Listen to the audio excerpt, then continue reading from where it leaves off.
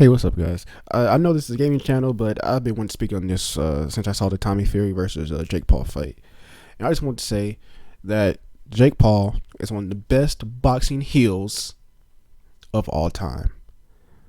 Yeah, of all time. I mean, what Jake Paul has been doing, it's probably the most genius thing I've seen in a long time in this boxing industry. And it's funny seeing like the boxing fans,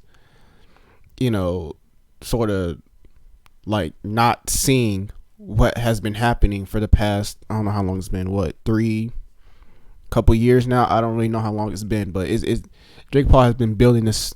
Jake Paul has been building this up for a very long time, and I'm surprised that not a lot of boxing fans have caught on.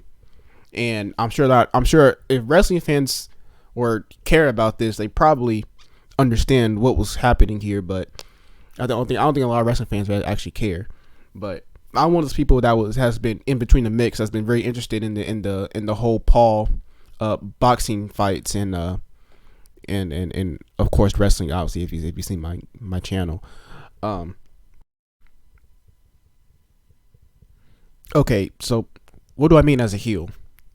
In case non-wrestling fans come across this video, a heel is the bad guy, the guy you want to see get his ass kicked, and that has been Jake Paul for the past 5 years now. His whole shtick, what has been fighting non-boxers or people past their prime to build up his record, similar to how wrestlers beat jobbers to do the same thing. His reign of terror started with Deji, and his fight when he brutally knocked out Nate Robinson is when people started to pay attention. Enter Tommy Fury. So, I see somebody's having a little bit of something to say. Mr. Jake Paul, I don't need anybody to do my dirty work. I'm calling you out myself right now. You can fight me anytime, any place, anywhere. All you've got to do is get in touch. Who called out Jake Paul all the way back in early 2021, almost 2 whole years ago. This, in the wrestling world, is what we call long-term booking.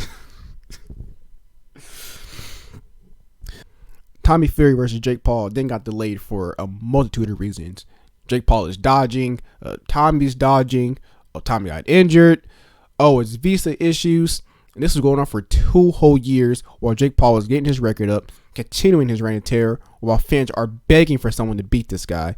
People are buying tickets, paying for pay-per-views just to see Jake Paul get his ass kicked. This is called working a crowd. Jake Paul has worked the crowd into paying to see him specifically. They don't care who he fights. They just want to see him get his ass kicked. And this is what makes him a fantastic heel. When people pay money to see you lose, you are the top heel. People pay money to see Devon Eriks beat the Freebirds. People pay money to see Hulk Hogan beat Andre. But people are paying money to see anyone beat Jake Paul. Who can beat this guy and who's going to stop him? That's what people were paying to see. And it's a genius. That's why he's very, very smart.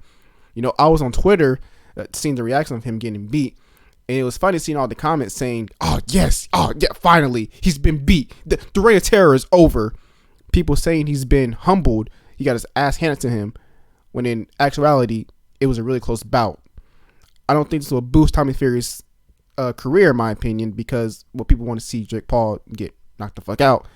And if Tommy KO'd Jake, oh shit, then I'll be making a video on how Tommy Fury has become the biggest babyface in boxing history. But Jake Paul is still the star.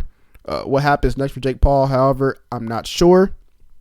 I mean, what's going to happen when Roman gets beat by Cody at WrestleMania? I'm not sure. It's unpredictable.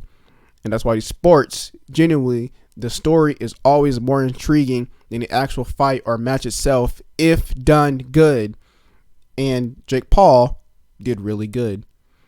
And basically, to sum up this whole video, you are all worked by Jake Paul. All right. Thank you for listening to me. That was pretty much it. Okay, goodbye.